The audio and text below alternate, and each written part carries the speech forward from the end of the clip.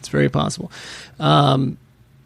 So you mentioned it was like 6 months writing from like outlining to completion, or? Yeah, so we worked over the weekend because in working on this together, we kind of would meet up and then, and you know, we were kind of living in Mark and I were living in sort of an art commune type place. So Dale would come on over with a 2-liter of soda and crash for the weekend, and my husband was very understanding about me spending the whole weekend staying up late, arguing in the backyard and smoking cigarettes with another man. So it worked out pretty well.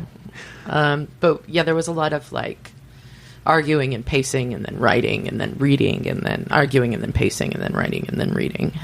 It was a nice cycle. And then the slow consumption of this 2-liter of soda. So I just want to point out that healthy snacks were provided. Okay. And we did have a lot of water and other beverages in the house. So if his kidneys failed, YabYum does not assume liability for that. Just make him sign a waiver anytime. Everybody signs waivers.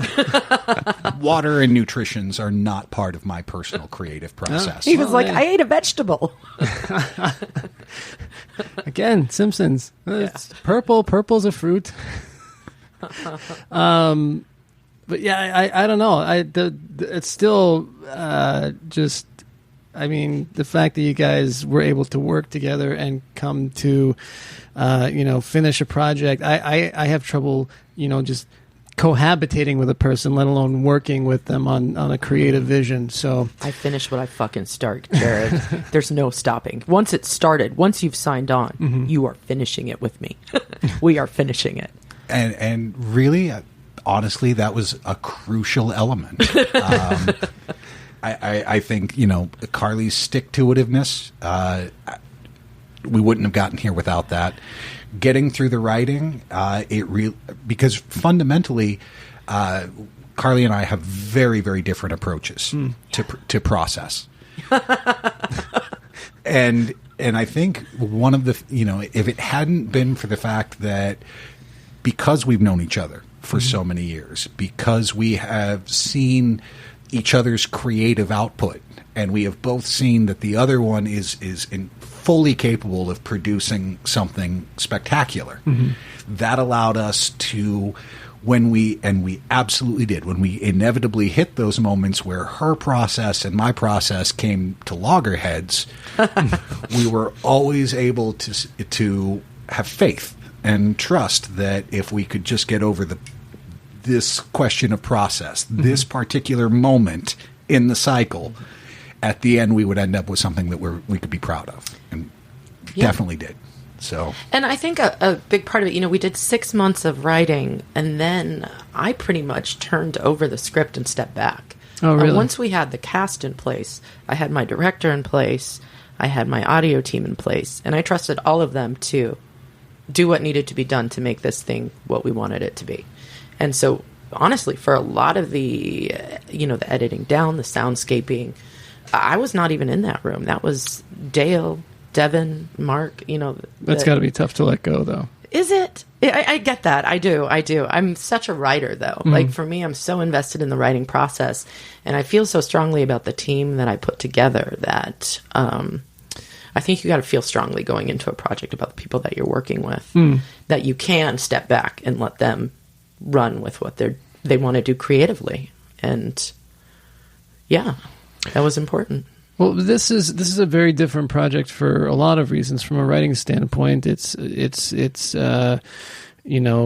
dialogue heavy. It's a script basically, and so how was adjusting to that writing style from?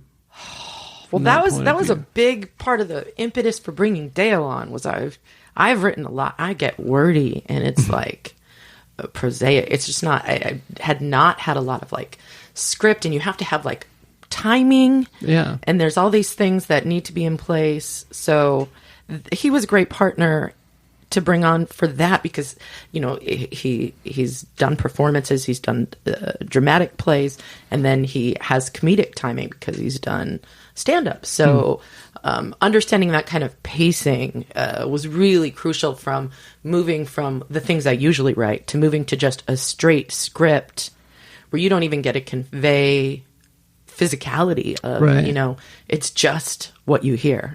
So there was definitely a process for me.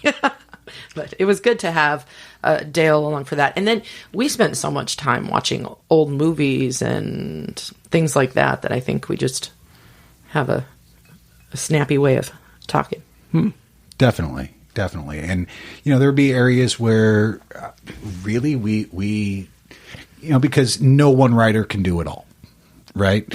And so it was a thing where we worked to back each other up a lot of the time. Our process, tying back into it, going back to what Carly was saying a few minutes ago about just that, you know, once it's begun, it will be finished. Carly is amazing at output of getting dialogue down, getting words down, especially getting excellent character moments and really solid characterization, and finding that within scenes and ways to illustrate where these characters, all living in the same world, kind of have different flavors and different colors to them. And then, you know, a big part of what I would come in is, as she said, you know, refine down rhythms, some of the rhythms of the dialogue. Insert meaningful monologue here. That's my favorite note that I ever gave him on a script. I'm too tired. Give this meaning at the beginning. The rest is there. Yeah. There was a lot of back and forth, but... Well, and did you do one complete draft? Did you have any sort of like read-throughs to kind of inform where you were going with it, or? I think we were constantly reading through it. Constantly.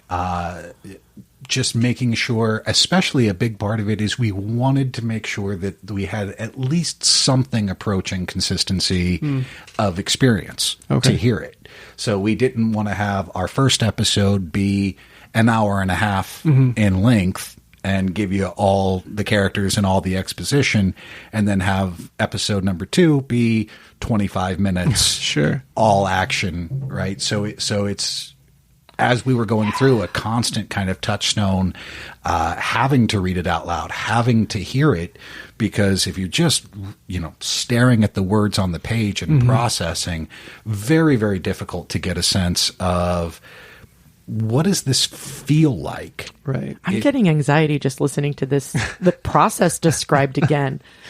Oh, there's so much reading, man. Yeah.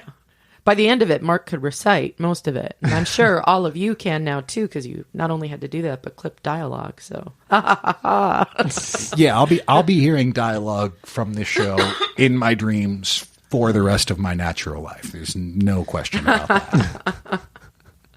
Well, was that like full cast read-throughs, or was that you guys just kind of talking, like reading it out loud back and forth to each other, or during the process because we would write and edit at the same time. We would write it, we would edit it, we would write it, we would edit it, and then we would go through and read it and time it and edit it, and then read it again and edit it, and then read it with our sound people and edit it, and then finally, by the time you're actually getting to casting it and having people like actually in place to record, think all the typos would be gone. Well, they were pretty close to gone. Yeah.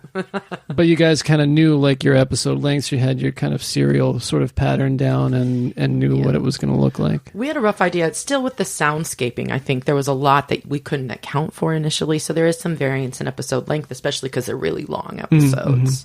We wanted to make it like, I don't know. It's like, I was just talking to somebody about how the BBC does these 90-minute episodes. Yeah. But they'll only do 3 a season. We did 6. Right. They do very short seasons. It's true. So it was kind of hefty, you know, when you got into adding all the music and the intros and the outros and the soundscaping and the footsteps and... Absolutely. Yeah. Absolutely. So and going through the writing process was a lot of fun because there's one thing that Carly is not in love with. It's reading out loud in a performative sense.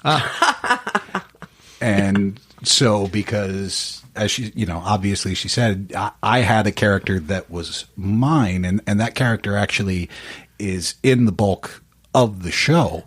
When we would go through and do reading, well, that would be my responsibility. And then every single other character was Carly's. And I should say, all those years we did theater together, I did tech theater. I was building things and painting things. You were not on stage assembling and props and creating characters, and not so much. I'm always more of a back end kind of build it, not perform it kind. There was one notable time that Carly performed on stage, and I directed her in a scene, and she'll never forgive me Is for that it. when you made Ari hit me? It was a performance note. Yeah, so, he had another cast member strike me in the face to stop me from laughing on stage because I got so nervous I would laugh. So I was actually struck in the face, but, so. Not And by again, me. He didn't you guys do it are still himself. here. Yeah. That would not be classy. No, Getting no. somebody else to do it in your capacity as director, though, that's part of the craft. It's finding authenticity in a scene. Sure. And I'm pleased to report that there was not one cast member struck during the entire recording process of Confessions. Nobody Oh, got wow. hit in the face. That's true. That's true. But, it was a lively cast. We had a great cast that really was able to bring it to life. So that was something we were grateful for. But, but writing it, that 6-month process was an intense ordeal. And there was a lot of snack food and a lot of couch sleeping. And Did you have... he never took his shoes off. just he in would case sleep you with need his to shoes run? on. Yeah. Just a polite thing to do if you're going to be staying in someone's house. I don't okay. know if that's true, but we'll let it go. I've heard it's a host's choice, right? I mean, some people are forced to take their shoes off as they come in. Some People are never allowed to remove them, even Sure. when they sleep. Yeah. Hey, go to bed with your boots on, right? I mean, so did you have a pretty concrete outline before you actually wrote the thing, or did you have just your idea and then write to We completion? had way more of a concrete outline than I was comfortable with. I am a freewheeling Bob Dylan when it comes to writing. I like writing and then fixing it when you see the problem. And so we did a lot of outlining. We knew where episodes were going. We had all 6 episodes kind of planned out beforehand. We're still friends, so that means something happened, and I was forced to acquiesce to his will on this particular point because he is big on the outlining. And this is where tying back to that Sure. difference in approach. I absolutely love what happens when you can sit and write and say, you know what, I've got a character, I've got a scenario. Let me put them in that. Let me start writing. Let me see what they do. Let me discover. Let's see where they go and what comes from it. My stance on that was, if we're going to be looking at doing a specific number of episodes that run for roughly, the same amount of time. All the episodes are in the neighborhood of an hour. I was pretty adamant from the beginning. I said, we have to know what is the end of every episode? What are we building towards? What is that moment that we're going to leave people wanting more to come back? And Logically, that totally makes sense. Creatively, it was very confining. But we managed to hash it out. That's what's important. did. That we got it done. Absolutely. And we still love each other. Well, and before I forget about it, because you were nice enough to send a few notes, which is more work than I ever do for any other interview. What is the saxophone story? Oh my gosh. So you might not know this about me, Jared, but I have a tendency to be kind of bossy and demanding. It can be a little abrasive to other people. Nonsense. Carly is the most delicate flower. Yeah, just docile, start to finish. Okay, so here's the deal. We're making this podcast that I feel very strongly about. It is my first endeavor to put my own fiction into the world. And I'm really excited about the universe. I'm really excited about everything about this. We have an amazing cast. We have an amazing director. Everything about this is amazing. Mm-hmm. And now we need to start working on the music. And my husband, whom I love, is a tremendous musician. He's actually a multitude of talents. But when it came time, I started talking to a different saxophone player to say, hey, do you want to come down and do saxophone, play some saxophone for us so we could record it? Part of